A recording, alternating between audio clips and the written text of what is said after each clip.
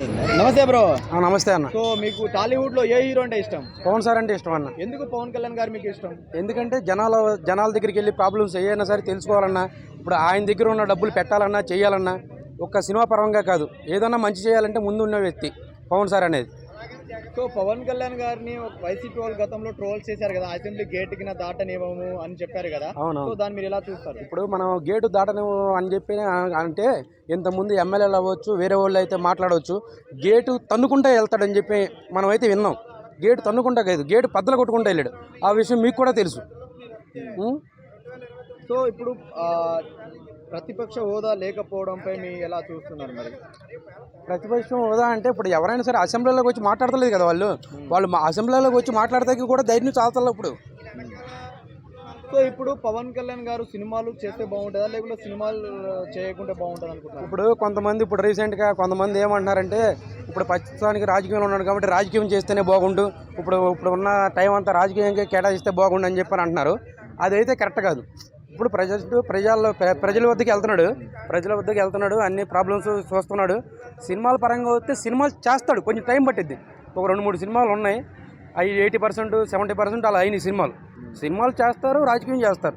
అట్లా అని చెప్పి మనం సినిమాల్లోనే ఇప్పుడు సపోజ్ ఇప్పుడు రీసెంట్గా తీసుకుంటానన్నా, ఇప్పుడు నేను జాబ్ చేస్తున్నావు, నాకు ఒక 20,000 వస్తున్నాయి శాలరీ. ఇప్పుడు నేను పనిచేసేటప్పటికి వెళ్ళి, సార్ నాకు డబ్బులు వద్దు సార్, నాకు డబ్బులు ఏమో అవసరంలా, ఈ నెల అని చెప్పి నువ్వు చెబుతావు, నేను చెబుతావు, నేను చెప్పను నువ్వు చెప్పను. ఎవరు చెప్పారు? పవన్ సార్ చెప్పాడు. నాకు రూపాయి డబ్బులు వద్దు, నాకు ₹10 వద్దు, ఏమి నేను జనాల వద్దకు వస్తాం కాదు, ఆల్రెడీ వచ్చాడు, అందరికీ తెలుసు ఆ విషయం. ఇప్పుడు డిప్యూటీ సీఎంగా చేశాడు, మొన్న ఈ మధ్య చెక్ వచ్చింది, శాలరీ వస్తుంటే నాకు రూపాయి వద్దని చెప్పాను అన్నాడు. అట్లా ఎవరు అంటారు? నేనే అన్నాను. ఇప్పుడు నువ్వను, అదే ₹100 కింద పడితేనే మనకి ₹100 పోనీ అనుకుంటాం మనం.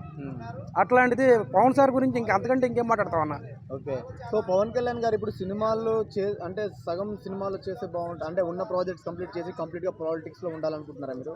నేనైతే ఉన్న సినిమాలు కూడా కంప్లీట్గా మొత్తం అంతా అవజేసేసి, ఉన్న సినిమాలు ఏవైతే ఉన్నాయో కొన్ని 80% 90% అని చెప్పారు కదా, అవి అయిపోయిన తర్వాత ఈ సార్కి ఏదన్నా కొద్దిగా ఖాళీగా ఉంటే మనకేంటంటే రాజకీయమే, సినిమాలలో చూసుకుంటే మనకి ఆ కిక్కు వేరేగా ఉంటుంది అనమాట, గూస్ బంప్స్ అనేది వస్తాయి. ఇప్పుడు రాజకీయం పరంగా చూసుకుంటే రాజకీయం కూడా దాని లెక్క వేరు.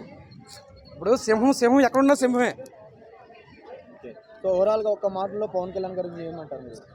పవన్ సార్ గురించి మనం మాట్లాడుకుంటే మనం సాల్వ్ అన్న, ఎవడు పడితే ఆడు వచ్చి మైక్ తీసుకుని ఏదేదో మాట్లాడుతాడు. ఏంటన్నా మినిమం కామన్ సెన్స్ ఉండాలి, మనిషిని చూస్తే అర్థం అవ్వాలి అసలు ఏంటి మనిషి అంటే ఏంటి అనేది. ఎవడెవడో అంటాడు, ఎవడెవడో మాట్లాడతాడు. పిఠాపురంలో వాడిస్తానికి 500 కోట్లు బెట్టకేసిన రోజులు ఉన్నాయి. సీట్లు రావు, నీకు ఇన్ని సీట్లు వస్తాయి, అన్ని సీట్లు వస్తాయి. ఇంతకుముందు గెలవ ముందులేమో రకరకాలుగా మాట్లాడినాడు. ఇప్పుడు పూల బొక్క ఇచ్చుకుని వెళ్తాం, సార్ దగ్గరికి వెళ్ళి మాట్లాడతాం, ఈడు మావాడే గెలిచినాక ఎవడైనా సరే గెలిచినాక ఏమంటాడు, మావాడే అని చెప్పారంటారు.